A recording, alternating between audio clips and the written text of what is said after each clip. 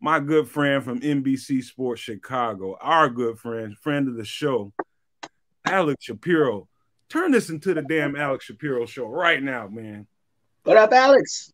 Yo, I appreciate that. That's very kind. Thank you again for having me on. Let's be honest. This is Nomad Live, all Bears all the time. This is still the Nomad show. But I do appreciate you guys having me back. I had a lot of fun the first time I was on, so I'm happy to be here. I feel your excitement. We are just like you said, like a month and a half away from training camp. We got all the early summer stuff out of the way. The real stuff is coming soon. It's an exciting time. Of course it's exciting. I'm stoked. It's great. It is real, man. I'm brimming. I'm bubbling over. And just for the sake of the fans, we are putting together a great intro for Mr. Shapiro because we do appreciate him coming on here and helping us out. It was not ready for this week. The next time Alex comes on the show, trust and believe he's going to have a hell of an intro when he comes on the show and gives us information. So, guys, be ready for that. Hey, Alex, I can't wait no more. I got to ask you some questions, man. Let's do it. Let's start with the basics. We had full. Everybody came. No, you didn't have anybody that was missing for camp. Am I right? Correct. It was full attendance. Now there were some people who were hurt, like on the bikes. Jack Sanborn still on the bike. Who else was over there? Terrell Smith was out there on the bikes. Chase Allen. We did not see Darnell Mooney. Chase Claypool, would make an appearance on the sidelines. So those guys weren't participating, but they were in the building. Full attendance. Everybody that needed to be there was there. Nobody's getting fined for the Chicago Bears. Did it feel like a wrap-up OTA? Did it feel like they were intending to we want to bring energy, we want to make this fast, we want to make this quick pace, we want to see what we have so far. Did it feel like that to you? Yeah, today definitely. Today felt like a fast Friday, even though it was a Thursday. On Fridays, typically they shorten practice, they make it a little bit more intense, and just like you say, just kind of get in, get out, do the really important stuff. And that is what it felt like today. They did a good amount of special teams work, but they did a lot of team stuff and a lot of situational stuff, especially in the red zone. So they did a ton of red zone work today where it felt very focused. It felt very deliberate, but it wasn't like this long, grueling practice, if you can imagine. So it was kind of like the perfect way, in my opinion. If I was a player, that's probably how I would want to be sent off for summer break. Even though it's not much of a break, the guys are still doing work. For this little lull between minicamp and training camp. Alex, how would you categorize this year's camp, OTAs versus last year's when it was, the first year of the, new regime? Yeah, so there actually have been some changes. I would say the pace of it is still high. Like they're still moving and grooving in between periods, right? One period ends. It's not very long until another period begins. There's still a lot of high energy coaches, a lot of like, let's get this done now. You feel the intensity of practice still, but there have been a few changes, like taking run installs. They used to do that kind of at full speed.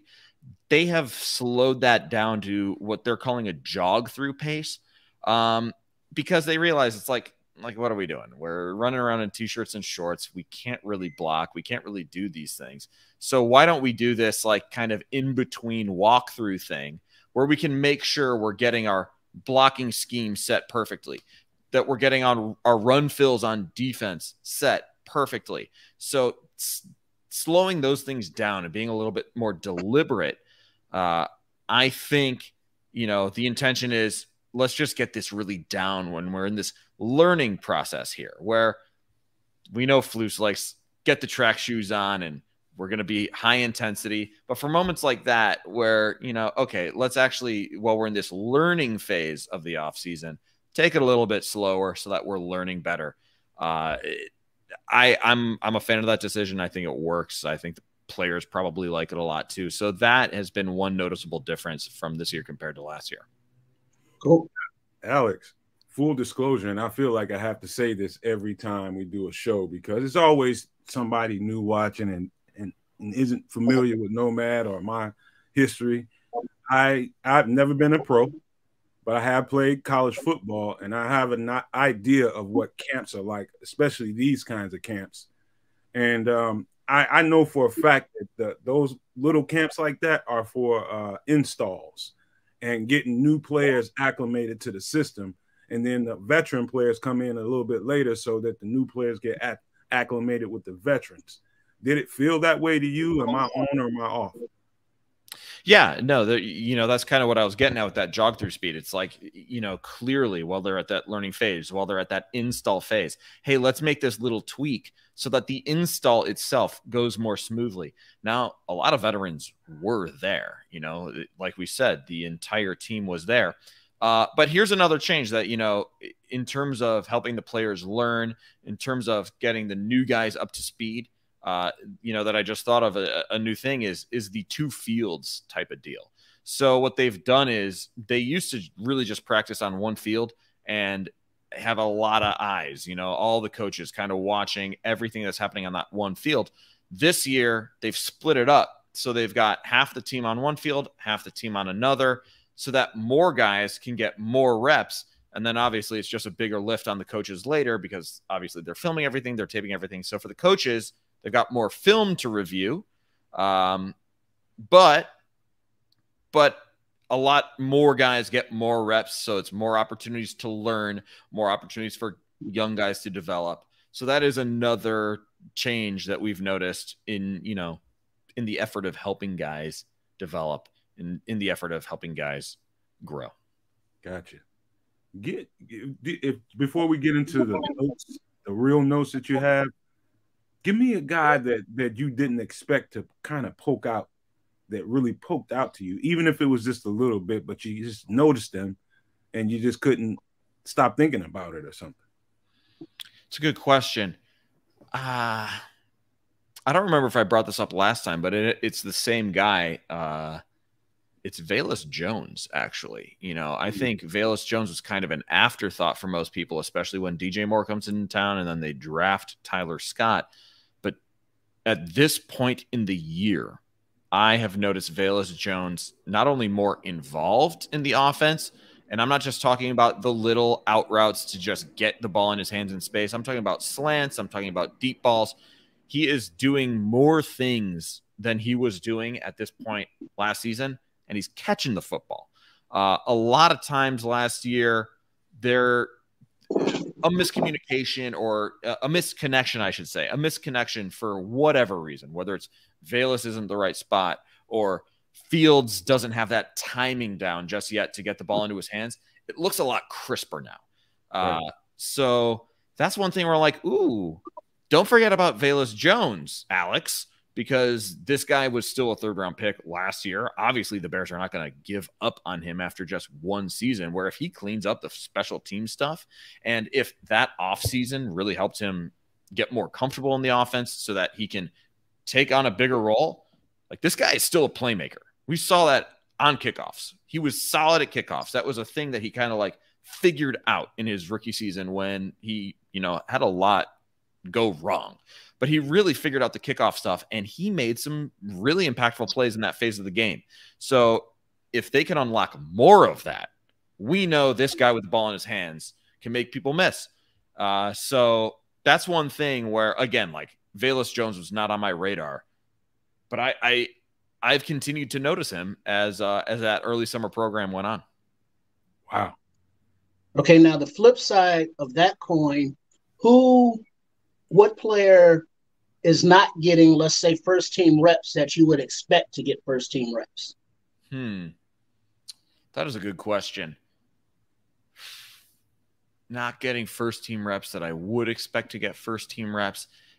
It is kind of tough. I don't know that there is one guy really. I think things are shaking out kind of the way I would expect.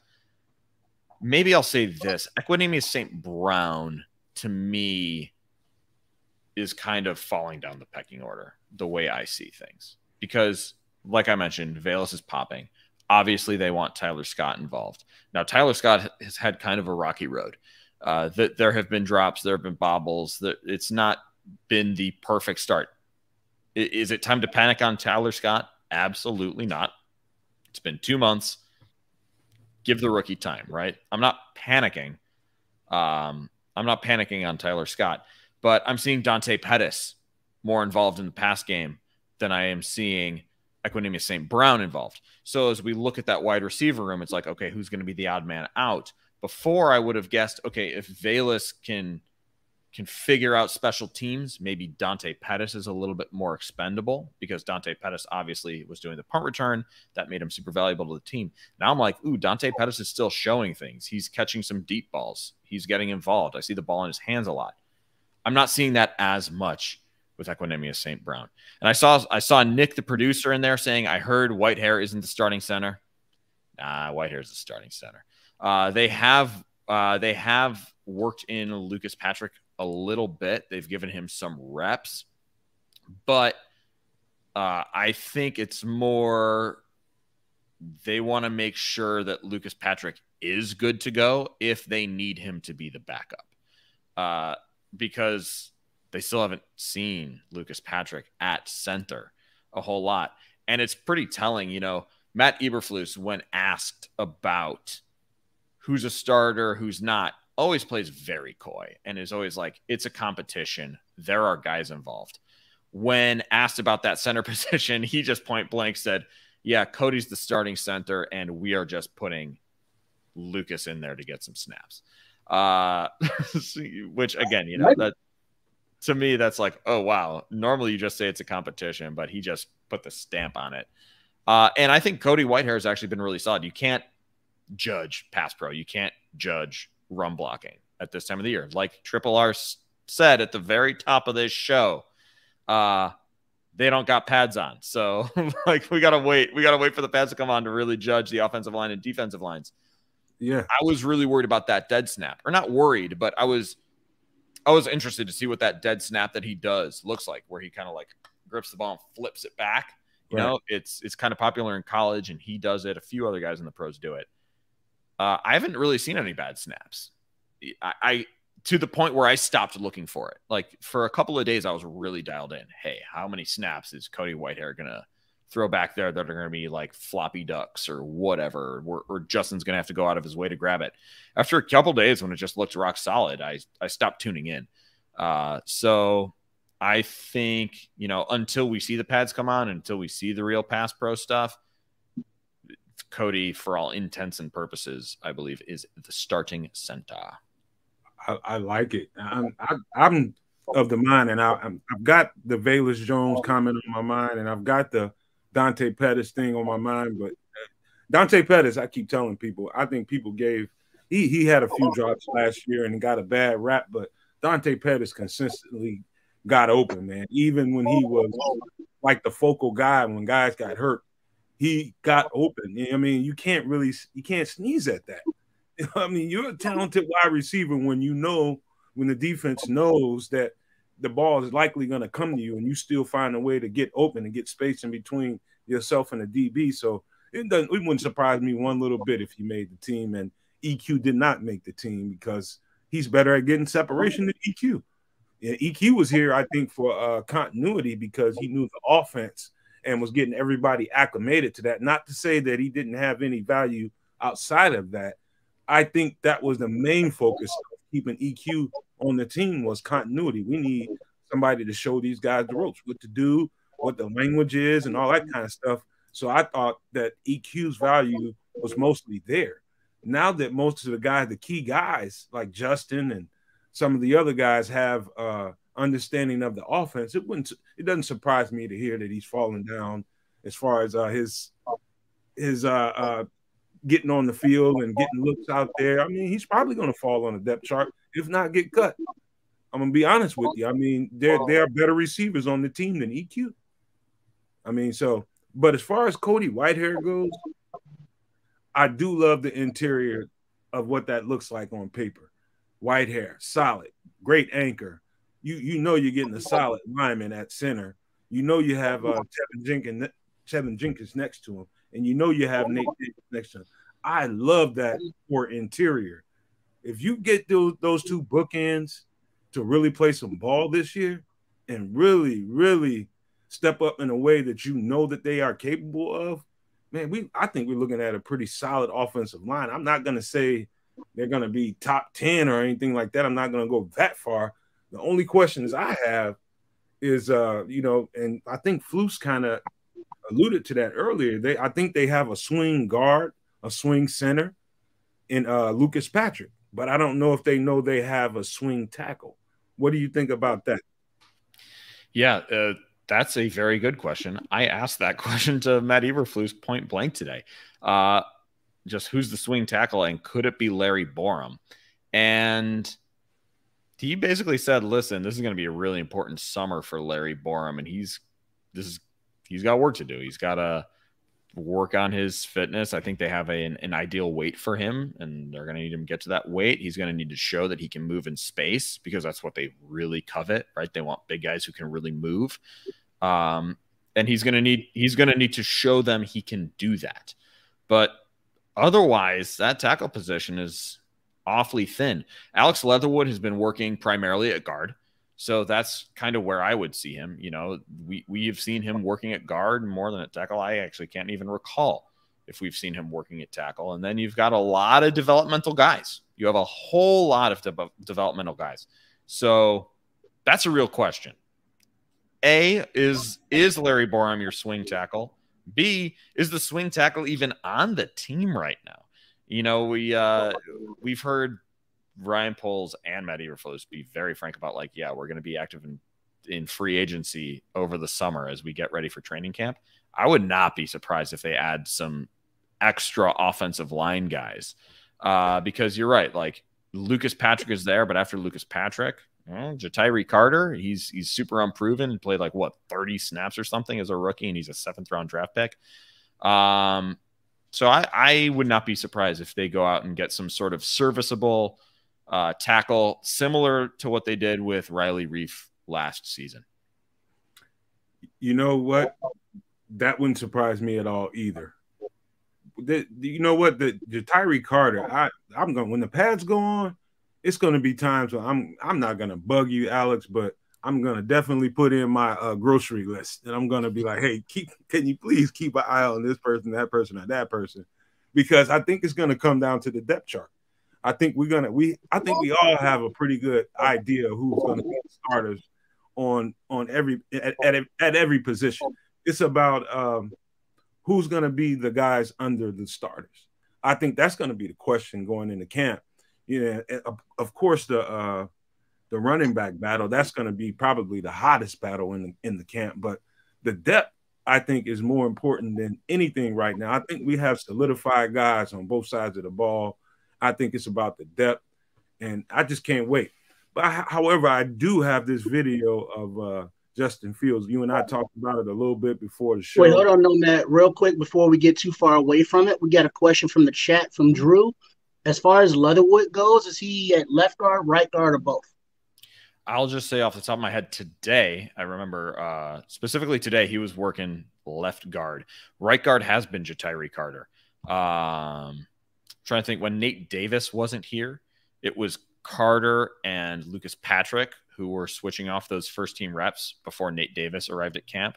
So off the top of my head, it has been Jatiri Carter at right guard working with those 2s and 3s, and Leatherwood working left guard. Okay, thanks. Sure thing.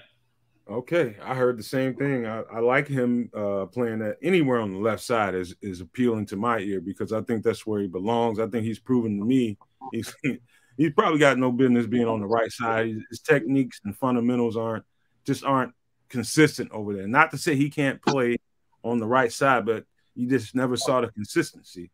So it's reassuring to hear that he's on the other side of the ball. To me, that's where he belongs. But, whether it's at guard or a tackle, it doesn't matter to me. Just as long as he can, he can really excel as long as he's on the left side, I believe. So, but I do have this video, and we talked about it before the show about Justin. Someone asked him about the connection with with DJ Moore, and he said something specific in here. I want you to see if you can say something to this. Let's play the video real quick. Details and stuff like that. Have you been, I don't know if surprised is the right word, but it seems to our eye, the chemistry between you two came on really quickly. Was that about the speed you expected it to? I mean, it did come quickly. I didn't really expect anything because it's different for each guy, but I feel like with DJ, it's, you know, his body language is pretty easy to read. And really early on, we communicated on, you know, how we want, you know, each route trained and stuff like that. And of course, you know, he's a lot of experience. He's been in the league for, you know, a good period of time now. So, you know, he's played a lot of football, so he knows, you know, different coverages really well. That's one thing that I was kind of impressed about, like with the offense coming in and just, you know, understanding, seeing coverages really well on short routes and stuff like that. So, you know, he's been great, and, you know, the chemistry has definitely picked up. I wanted to expand on that thing about him DJ understanding defenses really well and why it's important for a duo, a quarterback receiver duo, to get on the same page early. And he mentioned the choice routes and understanding defense. What I want to say to that is just to know what a choice route is when you go into when you make a call in the huddle, the guy has the call, the receiver has the call going to the line, and he's got the choice to, it's usually either a straight fly route, or you curl under, or you do a dig across or something like that. And it's based on the coverage you're receiving. And that allows you to help the quarterback locate you. And he's talking about reading his body language and having an idea of what he's going to do on each play. So go ahead, Alex. I'm talking too much. Do you see that out there in training camp? Well, here's what I can say. It's hard to really determine the choice route specifically, like his understanding of the leverage, his understanding of what the defense is doing, because we don't know what the calls are. You know, like I don't know what the calls are on defense. I don't know what the calls are on offense. So I don't know if the go route was a go route all the way, or if the go route was a choice. I don't know if he breaks it across the middle, you know, if that's based on something he's seen in leverage. So from my position, that is kind of hard to determine. But here's what I will say. When I hear that from Justin Fields, I believe it, especially the uptick in chemistry and how quick it's been, because we've seen it, honestly. The passing game at this point this year looks crisper than it did at this point last year. Now, that's not to say it's perfect, because there have been balls on the ground, there have been interceptions, there have been miscommunications, there's been all of that. That's not necessarily a bad thing. The guys are working it out, they're figuring out their communications, they're developing that rapport. So, like, I'm not worried about the interceptions, I'm not worried about the incompletions. But, like, last year, like, let's talk about Byron Pringle, for instance. It was clear that it took a while for Byron Pringle and Justin Fields to get anywhere close to the same page. They never got on the same page. Like, they did not connect very often in practice. Ball's going over his head, ball's going this way, he's going that way, things of that nature. With DJ Moore, it's like, oh no, they're just clicking. It looks different. It looks like a real passing attack. It looks like a real passing connection. And the playmaking ability is also, it's evident. Like, when he snaps off a route and he gets open. And again, so, like, from my perspective, it's hard to say, did he snap off that route and just really run it really well? He really, you know, cut his feet, got open, and just beat his man? Or did he recognize something that Eddie Jackson was doing and then he made a decision? I don't know. But Justin Fields, you know, I don't think Justin Fields would lie about that. I think, you know, he probably brings that up probably because it's true, you know, and the DJ Moore effect. I don't know. I'll just say, to me, it looks real. Like, this guy is making plays.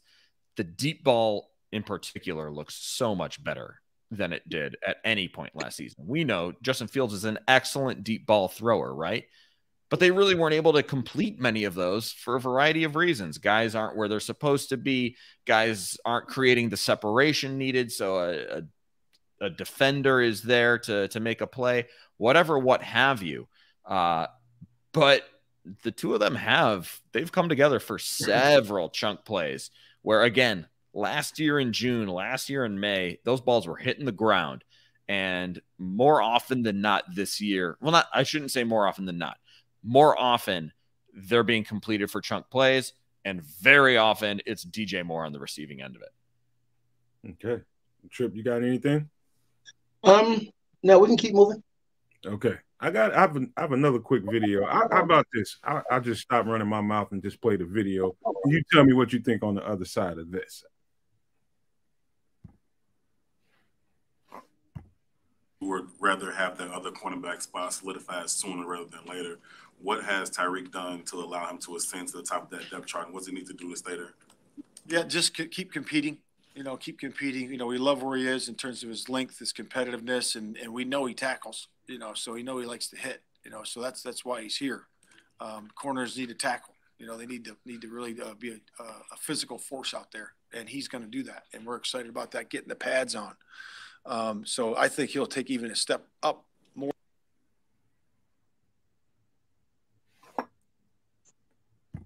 Uh-oh. If there's a chance you guys get an edge rusher in the... Oops. Sorry. I can finish that quote for you. How about that? Yeah. And there's not much. There's not much more. I can finish that quote for you because I have the transcription up here right here. So he's basically saying we're excited about that, getting the pads on. So I think he'll take even a step more when we get the pads on. We get to see him used to those pads. So that's kind of a weird sentence. I'm not sure if that transcription was perfect, but basically, yeah, he's looked good. He has competed. And when the pads come on, they're expecting him to look even better because he is a physical corner, right? That's what we know about him. He's big, he's fast, he's long. They really like his length, and they like the way he sticks his nose in there. So yeah, that was kind of the end of that Flus bite. Did it sound to you like this is going into camp? This is looking like our starter? Yeah, in my opinion, it is. I think that was always kind of the expectation. When you draft a guy that high, it was a position of need. I think Kindle Vildor played well. I think Jalen Jones played well. I think Josh Blackwell played well. Like all three of those guys, did a pretty solid job. Given the circumstances or given whatever. But, I think getting a slam dunk, I think adding competition to that room, and especially spending a high draft pick for that room is obviously huge because it's a premium position. It allows Kyler Gordon to move to slot, et cetera, et cetera. So when they drafted Tyreek Stevenson, when they made that draft pick, I think I saw it happening that way, but they weren't going to give him the job. They were going to give Kindle Vildor a chance to hang on to that job since he played well. But Tyreek Stevenson so far has looked really good and has done the things to earn the reps with the ones. When we have seen him, largely he's blanketing guys. The things that we've been told, I notice, like his eyes to me are in the right spot. He's got this really good knack for recognizing when a play is going elsewhere, and he'll leave his man to make the play. He'll be following a guy in coverage, and he's like, "Oh, this guy's getting open in the flat, and that is where the ball is going right now." And he shows that ability to flow, to leave his man, to go to the guy in the flat for what would be a 4-yard gain. Making a good play, things of that nature. So yeah, I mean the way things are trending. I would totally expect Tyreek Stevenson to be the starter week 1. Now, I will say there was one day he had a tough day. Like he was getting cooked. We saw Tyler Scott beat him. We saw a few other guys beat him. Let me see if I can find it because it was, Velus Jones beat him twice in a row. Tyler Scott got the better of him once. It was, not Tyreek Stevenson's best day at work, but whatever, that's going to happen. He's a rookie. He's going to get beat by veteran dudes from time to time. For the most part, I think he's been rock solid, and I think he's shown everything for the Bears to feel comfortable giving him more opportunities, more reps. Well, number one, those two are going to beat the hell out of a whole bunch of people with that speed. Let's just put that out there. Number one, they're going to beat the shit out of them. Excuse my language on Nomad Live, but they're going to beat the hell out of a whole bunch of people. That speed is real. I keep hearing about it. I see it. I've seen Velas's, but I haven't seen Tyler Scott's on video, but I know it's there. You know what I mean? I know it's there, and I know you guys can feel it out on the field, but I wouldn't hold that against them. They're going to beat a bunch of people like that. But Flus is an old ball coach is what he is. He's very, very old school, and I love that about him. You can tell when he's excited about somebody. When he started talking about Tyrique Stevenson in that detail and in that way, I felt like he was pretty much affirming what I thought everybody else thought of the situation. We're looking at a starter. That dude's going to take his lumps because he's a rookie. I just want people to know that from the gate.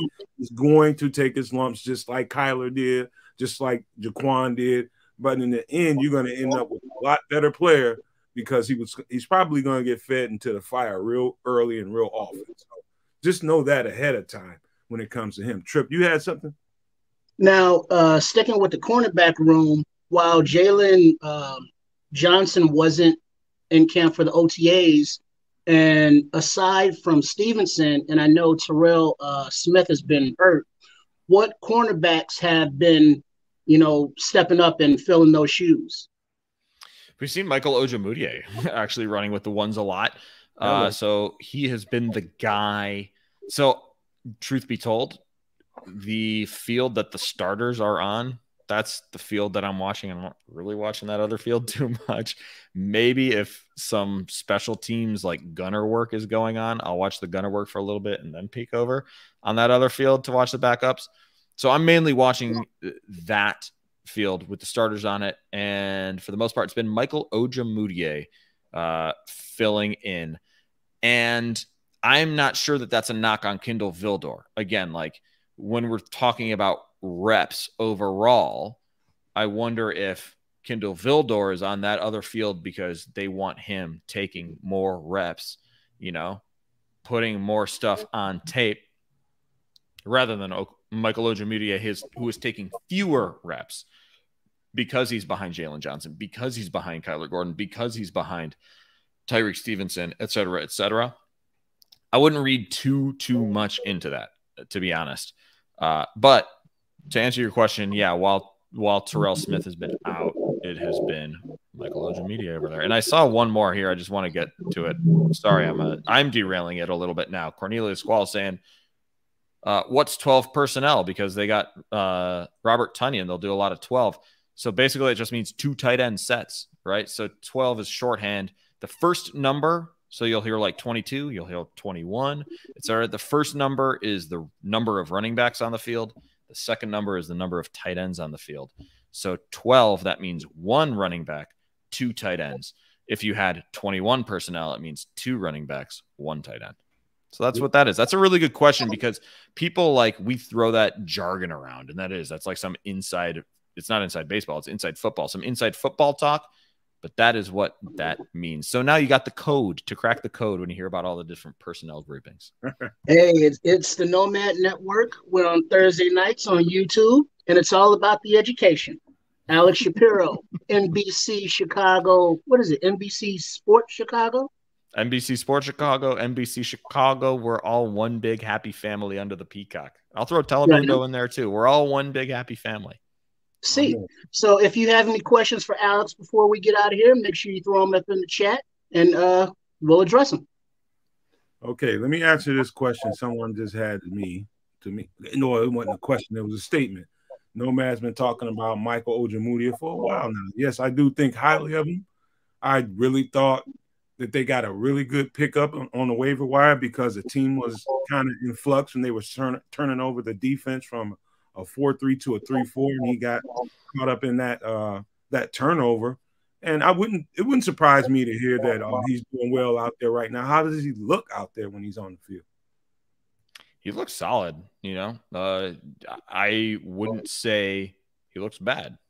I'm not noticing him not making plays. Let's put it that way.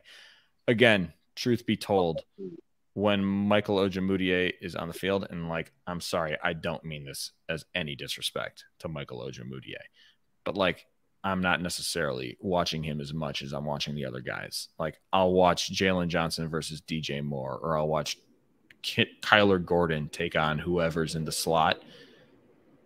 But now that you say it, Nomad, when the Bears return, I'm going to tune in a little bit more to Michael Ojemudia. But like I said, like I'm not noticing him screw up, which is also good. That's also good, man. There'll be a couple more guys I'll point out to you, but I know you're pressed for time, and we've already had you a little too long, and I appreciate you, Alex. So whatever else you have on your notepad that you want to share with the fans, you know they will appreciate it. So shoot them out. Okay, let's go through some plays of the day. I'll start with today.